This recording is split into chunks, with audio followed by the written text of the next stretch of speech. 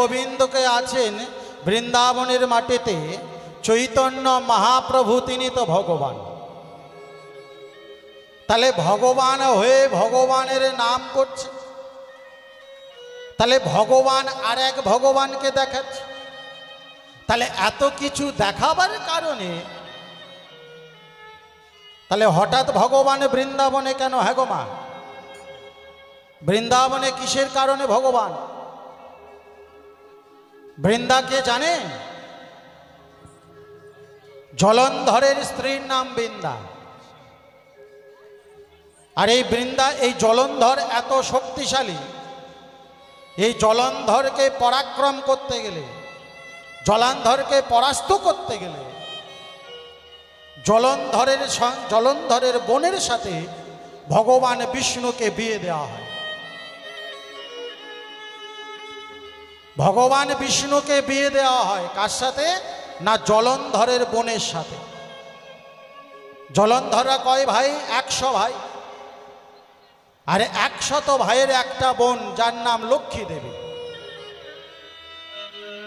জলন্ধর বৈকুণ্ঠে খবর পাঠিয়ে দিল যে আমাকে মারতে যদি চাই একমাত্র ভগবান বিষ্ণু ছাড়া আমার কেউ মারতে পারবে না। একমাত্র ভগবান বিষ্ণুই আমাকে মারতে পারে। তাহলে বিষ্ণুর সাথে যদি আমার বোনকে বিয়ে দিই, তাহলে আমার বোনের কথা মতো চলবে। ভগবান বিষ্ণুকে বিয়ে দেওয়া হলো কার সাথে? না, জলন্ধরের বোনের সঙ্গে। দেবী লক্ষ্মীর সাথে বিয়ে দেওয়া হলো। দেবী লক্ষ্মীর সাথে বিয়ে দেওয়ার পর ভগবানকে প্রেম বশে আনবার জন্য লক্ষ্মীকে বললেন, জলন্ধর দেখ লক্ষ্মী, আমি এত শক্তিশালী, এত ভয়ঙ্কর পুরুষ, পৃথিবীতে একমাত্র রাবণ ছাড়া দ্বিতীয় আর কেউ নাই। তবে রাবণকে পরাস্ত করেছিল কে? একমাত্র ভগবান পুরুষোত্তম রামচন্দ্র।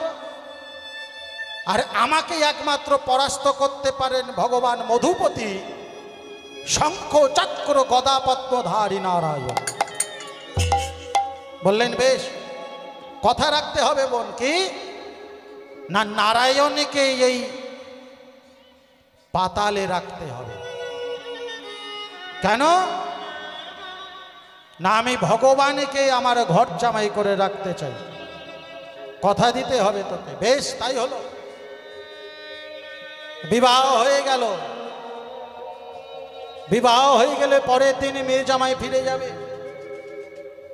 এমন সময় লক্ষ্মী দেবী বলছে, ভগবান তোমার চরণে আমার একটা মিনতি আছে। কি মিনতি? না, তোমার ঘর জামাই থাকতে হবে। কেন? ঘর জামাই যদি থাকি আমি, তাহলে স্বর্গলোক অচল হয়ে যাবে, সমস্ত কার্য বন্ধ হয়ে যাবে। বেশ, তাই হবে। জলন্ধরের ঘরে রয়ে গেলেন ভগবান বিষ্ণু, ঘর জামাই রয়ে গেলেন। দেবাদিদেব মহাদেব ব্রহ্মা সবাই চিন্তায় পড়ে গেলেন। নারদ মুনিকে খবর পাঠালেন, নারদ তুমি ভগবানের কাছে গিয়ে একবার দেখো তিনি আসছেন কিনা। যদি না আসে তাহলে স্বর্গের সমস্ত কার্যকলাপ সব বন্ধ হয়ে যাবে। বলছেন না, হবে না। তাহলে ভগবানকে তাহলে যেতে হবে, তার আগে জলন্ধরকে হত্যা করতে হবে। জলন্ধর যতক্ষণ না মরবে ভগবান বিষ্ণু ঘর জামাই থেকে মুক্ত পাবে না। মহাদেবকে বললেন, শোনুন দেবাদিদেব, যে শূল তোমার হাতে রয়েছে, ওই শূল দ্বারা তুমি জলন্ধরের রূপ ধারণ করে বৃন্দা দেবীর সতীত্ব হরণ করো। যদি না হরণ করো তাহলে কিন্তু যুদ্ধে জলন্ধর মরবে না। জলন্ধরকে মারতে গেলে তোমাকে পরাস্ত করতে হবে। যেই না সতীত্ব হরণ করেছে,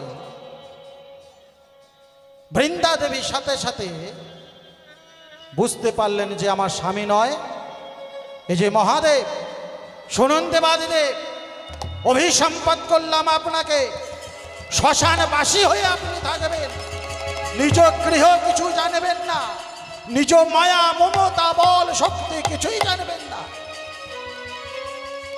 বেশ, জলন্ধরের মৃত্যুর পরে শোকে বৃন্দা দেবী মারা গেল, আর বৃন্দা দেবীর দেহ হতে সৃষ্টি হলো বৃক্ষ। কি বৃক্ষ? তুলসী গাছ, অশ্বত্থ বট গাছ, কুশ হরিদ্রা গাছ, তাম্বুল কমাল গাছ, সমস্ত বৃক্ষ সৃষ্টি হলো। আর যেখানে সৃষ্টি হলো সেই জায়গাটার নাম হলো বৃন্দাবন ধাম। সেই বৃন্দাবন ধামে ভগবান রয়েছেন বসে, রাধারানীকে পাশে করে রেখে। তাই যারা বৃন্দাবনে যাবেন, বৃন্দাবনে যতজন গিয়েছেন, কতজনে গিয়েছেন একবার হাত তুলুন দেখি। বৃন্দাবনে গেছিলেন? আচ্ছা, বৃন্দাবনে গিয়ে ভগবানের কাছে কেঁদে কেঁদে কিছু চেয়েছেন না হাসতে হাসতে চেয়েছেন? কেঁদে কেঁদে চেয়েছেন না হাসতে হাসতে? ভগবানের কাছে যদি কিছু কেঁদে কেঁদে চান তাহলে কিন্তু ভগবান আপনাকে দেবে না, আর যদি হাসতে হাসতে চান ভগবান আপনাকে দেবে। ভগবান বলছে, আমি রাজার ছেলে, আমি কান্না পছন্দ করি না। কেউ যদি আমার কাছে হেসে কথা বলে আমি তার সমগ্র চাওয়া পূরণ করে দিই। তাই বৃন্দাবনে গেলে ভগবানের সামনে দাঁড়িয়ে দাঁড়িয়ে ভগবানকে মন্ত্র আছে, কৃষ্ণ পুজোর মন্ত্র আলাদা। কি মন্ত্র? আমি বলবো জয় কানাই হালাল কি, আপনারা বলবেন হাতি ঘোড়া পালকি। ঠিক আছে? জয় কানাই হালাল কি, হাতি ঘোড়া পালকি। আস্তে সবাই মিলে বলছেন নাকি? একবার সবাই মিলে বলুন, তারপর তালে আসবেন। জয় কানাই হালাল কি, জয় কানাই হালাল কি, হাতি ঘোড়া পালকি। দেখুন, প্রমাণটা আপনাদেরকে দিয়ে দিই। ভাগবত খুলবেন, ভাগবতের মধ্যে দশম স্কন্ধে সেখানে পরিষ্কার কথা উল্লেখ করা রয়েছে। সপ্তম অধ্যায় সেখানে বলেছে যে গোবিন্দ পূজার মন্ত্র, গোবিন্দ হলো জয় কানাইয়া লাল, আর তার ব্যবহারের বস্তু ছিল হাতি ঘোড়ার পালকি। এই কয় শব্দ যদি কেউ না বলে তাহলে কৃষ্ণ পুজো মালসা ভক্তি করে দিলে আমি গ্রহণ করি না। আমার কাছে এসে হাসতে হাসতে বলতে হবে কি, জয় কানাই হালাল কি, হাতি ঘোড়া পালকি, জয় কানাই হালাল কি, হাতি ঘোড়া পালকি, জয় কানাই হালাল কি, হাতি ঘোড়া পালকি। গোবিন্দ मेरो है गोपाल मेरो है, गोविंद मेरो है गोपाल मेरो है, गोविंद मेरो है गोपाल मेरो है, गोविंद मेरो है गोपाल मेरो है, गोविंद मेरो है गोपाल मेरो है, गोविंद मेरो है गोपाल मेरो है, गोविंद मेरो है गोपाल मेरो है, गोविंद मेरो है गोपाल मेरो है। आस्ते आस्ते आस्ते फिर बोलूं, जय कन्हैया लाल की, हाथी घोड़ा पालकी, जय कन्हैया लाल की, हाथी घोड़ा पालकी, जय कन्हैया लाल की, हाथी घोड़ा पालकी। गोविंद मेरो है गोपाल मेरो है, गोविंद हरि हरि मेरो बोल, है गोपाल मेरो है, गोविंद मेरो है गोपाल मेरो है, गोविंद मेरो है गोपाल मेरो है, गोविंद मेरो है गोपाल मेरो है, गोविंद मेरो है गोपाल मेरो है, गोविंद मेरो है गोपाल मेरो है, गोविंद मेरो है गोपाल मेरो है, गोविंद मेरो है गोपाल मेरो है, गोविंद मेरो है गोपाल मेरो है। एक बार प्रेम से राधा रानी की जय श्याम सुंदर की जय। गिरिधारी गोपीनाथ की जय। मदन मोहन की जय। बांके बिहारी की जय। श्याम कुंड की जय। राधा कुंड की जय। गिरी गोवर्धन की जय। गिरी मदन बिहारी की जय। हरिबासर की जय। अगणित ब्राह्मण मंडली की जय। अगणित वैष्णव मंडली की जय। अगणित भक्त मंडली की जय। निताई गौर प्रेमानंदे हरि हरि हरि बोल। हरि हरि हरि बोल। ভগবানের কাছে চাইতে গেলে প্রেম থেকে কিছু চাইবেন, অন্তর থেকে যা চাইবেন সেটা ভগবান আপনাকে দিয়ে দেবে। আর যদি অন্তর থেকে না চেয়ে অহংকার বশত কিছু ভগবানের কাছে চান, ভগবান বলছেন না আমি দেই না। ভগবান বলছেন এই সব কিছু ভার আমি নিতে পারি। অহংকার মূঢ় আত্মা গৌরকেশনম ভারত, অর্থাৎ অর্জুনের এক নাম গুড়াকেশ। অর্জুন অহংকার করেছিল বলে ভগবান অর্জুনকে বলেছিল অহংকার মূঢ়াত্মা গুড়াকেশনম ভারত। শোনো, অহংকার করে কারা? মূর্খরা, জ্ঞানীরা অহংকার করে না। আর তুমি জ্ঞানী হয়ে যে অহংকার করেছো সেই অহংকার কিন্তু তোমার পতনের কারণ। সেই অহংকার তোমার পতনের কারণ। আর এদিকে হলো কি চৈতন্য মহাপ্রভু তিনি শচীদেবীর গর্ভ সিন্ধু মাঝে জন্মগ্রহণ করে জন্মাবার পরে তিনি পঞ্চম বৎসরের বালক, তিনি একটা কুকুর ছানা, সেই যে বৃষসেন একটা কুকুর ছানাকে কোলে করে নিয়ে এসেছে বাবা। এনে মায়ের কাছে বলছে মা দেখো কাকে নিয়ে এসছি দেখো। মা বলছে কাকে এনেছিস বাবা? মা দেখো একটা ছোট্ট ফুটফুটে কত সুন্দর কুকুর ছানা এনেছে। মা বলছে ফেলে দে, এই যে অশুভ প্রাণী, এই অশুভ প্রাণী গ্রহণ করলে স্নান করতে হয় জানিস না? মহাপ্রভু ছোট্ট 5 বছর বয়স তো বলছে মা অশুভ প্রাণীকে গ্রহণ করলে স্নান করতে হয়। তা বেশ, কেন না? কুকুর ছোঁয়া দূরের কথা, কুকুরের পায়খানা যদি কেউ মারায় তাকেও স্নান করতে হয়। আচ্ছা মা বলো তো, কুকুরকে যা দাও সে তাই খায়? হ্যাঁ, তাহলে আমরা সব কিছু চেয়ে খাই, কিনে খাই, তাহলে কেন? কুকুর পায়খানা করলে যদি স্নান করতে হয়, তাহলে মানুষের পেটের মধ্যে কত আবর্জনা লুকিয়ে আছে, তাহলে মানুষ কেন স্নান করে না? শচীদেবী ক্রোধান্বিত হয়ে গিয়ে বলছে তুই ফেলবি কিনা, তুই ফেলে দে আগে, তারপরে অন্য কথা হবে। না মা ফেলবো না। ফেলবি না? তবে রে, যেই না একটা ছোট্ট লাঠি নিয়েছে, শচীদেবী নিমাইয়ের দিকে যেই না ছুটে গিয়েছে, নিমাই ছুটছে, শচীদেবীও ছুটছে, যতই ছোটে ধরতে পারে না।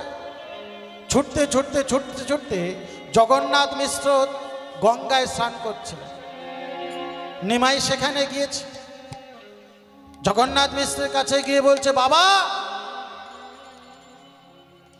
দেখো কুকুর ছানা আমি এনেছি। বাবা বলছে বাবা তুই আমাকে ছুবি না, আমি ঠাকুর ঘরে ঢুকবো, গোবিন্দের অন্ন সেবা অন্ন ভোগ লাগাবো, যদি আমাকে ছুঁয়ে ফেলিস তাহলে কিন্তু অসুবিধা হয়ে যাবে, আবার আমাকে গঙ্গায় স্নান করতে হবে, আবার তিলক চন্দন ফের গ্রহণ করতে হবে। তবে বাবা কি করব? মা যে আমার তাড়া করলো। বলছে মা তোমাকে তাড়া কর, তবে শোন নিমাই, কুকুর ছানাকে নিয়ে এমন এক জায়গায় রাখবি যেখানে সব সময় কেউ প্রবেশ করে না। বেশ, তাহলে ছোট্ট নিমাই 5 বছর বয়স কুকুর ছানাটাকে নিয়ে কোথায় রাখলো? কুকুর ছানাটাকে এনে ঠাকুর ঘরের মধ্যে রেখেছে। যে সিংহাসনে গোপাল ছিল, গোপালকে নামিয়ে রেখে সিংহাসনের পায়ায় কুকুর ছানাটা বেঁধেছে। বেঁধে কুকুর ছানাটাকে বলছে শোন, এই সিংহাসনের তলায় তুই ঢুকে থাকবি, বেরোবি না। বেরোলেই তোকে মারবে আর আমি তোকে কিছু করতে পারবো না। কুকুর ছানাটা চুপ করে সিংহাসনের তলায় বসে থাকে। জগন্নাথ মিশ্র এসে যেই না ঠাকুর ঘর খুলেছে, দেখছে সিংহাসনটা নড়ছে। শচী দেবীকে ডাকছো, শচী আজকের আমাদের সিংহাসন নড়ছে, দেখবে এসো। গোপাল জাগ্রত হয়েছে। গোপাল বুঝি জাগ্রত হয়েছে? বলছে তাই নাকি, বেশ। শচী দেবীকে বলছে, শচী দেবী তুমি যে অন্নটা নিয়ে এসো, গোবিন্দকে সেবা লাগিয়ে দেবো। অন্নটা নিয়ে গিয়ে ঠাকুর ঘরের মধ্যে দিয়েছে। ঠাকুর মধ্যে দিয়ে ঠাকুর ঘরের দরজা বন্ধ করে জগন্নাথ মিশ্র বেরিয়ে এসছে। প্রসাদ তুলতে গিয়েছে জগন্নাথ মিশ্র, গিয়ে দেখছে প্রসাদের থালা ফাঁকা। প্রসাদের থালা ফাঁকা। শচী দেবীকে বলছে, শচী প্রসাদ কি হলো? আজকের গোপাল কিন্তু আমাদের প্রসাদ সেবা পেয়েছে। কতদিন, এতদিন সাধন ভোজন করবার পরে গোপাল প্রসাদ সেবা পেয়েছে। এমন সময় কুকুরটা বেরিয়েছে সিংহাসনের তলায় থেকে। যেই না বেরিয়েছে, শচী দেবী পিছনে ছিল। শচী দেবী বলছে, আগো প্রসাদ তোমার গোপাল খেয়েছে না তোমার ছেলে নিমাই যে কুকুরটা এনেছে কুকুরে খেয়েছে? প্রসাদ তো কুকুরে খেয়েছে। ক্রোধান্বিত হয়ে নিমাইকে বলছে, নিমাই এই অপকর্ম কেন করলি? যতই ধরতে চাই নিমাই পালায়। জগন্নাথ মিশ্র নীলাম্বর চক্রবর্তীর কাছে গিয়েছে, দেখুন না কে। নীলাম্বর চক্রবর্তী বলছে, ও কেউ নয়, ও সেই পরম পুরুষ, সেই চৈতন্য মহাপ্রভু হয়ে তোমাদের গর্ভে এসেছে, তোমাদের ঘরে আবির্ভূত হয়েছে। আরো কেন আবির্ভূত হয়েছে? যে কুকুরটা কাছে আছে, কেন জানো? ওই কুকুরটার কেউ ছিল না, সেই পূরবের রাজা বৃষসেন 1 লক্ষ ব্রাহ্মণ সেবা দেওয়ার কারণে, ভগবানকে অপমান করবার কারণে কুকুর ঘরে জন্মগ্রহণ করেছিল। আর সেই কুকুরকে ও তুলে এনেছে। তবে বেশ, তাই হবে। ভগবান আমার বললেন, চৈতন্য মহাপ্রভু বলছেন রাধারানীর বাস যেখানে সেখানে চলে যাব। বৃষসেনকে কোলে করে নিয়েছেন, কোলে করে নিয়ে চলে যাচ্ছে। কোথায় রাধারানীর বাস, কোথায় না বৃন্দাবনে বাস। বলছে এই সংসারে আর থাকবো না। কেন না, সংসারের মধ্যে জ্বালা যন্ত্রণা। আমি কি কর্ম করতে চলেছি বাবা বুঝছে না, এত যন্ত্রণা, এত জ্বালা। তাহলে বেশ, আমি চলে যাব। যেই না চলে যাচ্ছেন, পথে যেতে যেতে ঘুটঘুটে বাচ্চার সঙ্গে দেখা। বলছে, এই যা রাখাল রাজা বলে দে না কোথায় বৃন্দাবন, শ্যামে কুণ্ড রাধা কুণ্ড গিরি গোবর্ধন। ওরে রাখাল রাজা হরি বল, বলে দে না, নিতাই গৌর প্রেমানন্দে হরি। বলে দে না কোথায় বৃন্দাবন, শ্যামে কুণ্ড রাধা কুণ্ড গিরি গোবর্ধন। রাখাল রাজা বলে দে না, রাখাল রাজা বলে দে না কোথায় বৃন্দাবন, শ্যামে কুণ্ড রাধা কুণ্ড গিরি গোবর্ধন। রাখাল রাজা বলে দে না, রাখাল রাজা হরি বল, তাই বলে গৌর দে না, প্রেমানন্দে হরি। কোথায় বৃন্দাবন,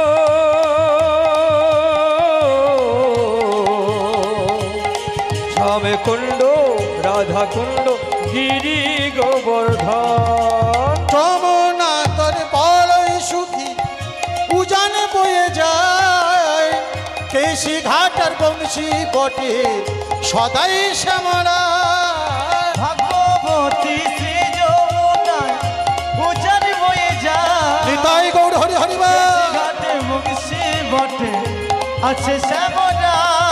ও ভাগ্যবতী শ্রী যমুনা উজান বয়ে যায়, কেশি কেশি ঘাটের বংশী বটে সদৈ শ্যামরা ভাগ্যবতী শ্রী যমুনা উজান বয়ে যায় কেশি ঘাটে বংশী বটে আছেন শ্যামরা রাখাল রাজা বলে দেনা রাখাল রাজা বলে দেনা কোথায় বৃন্দাবন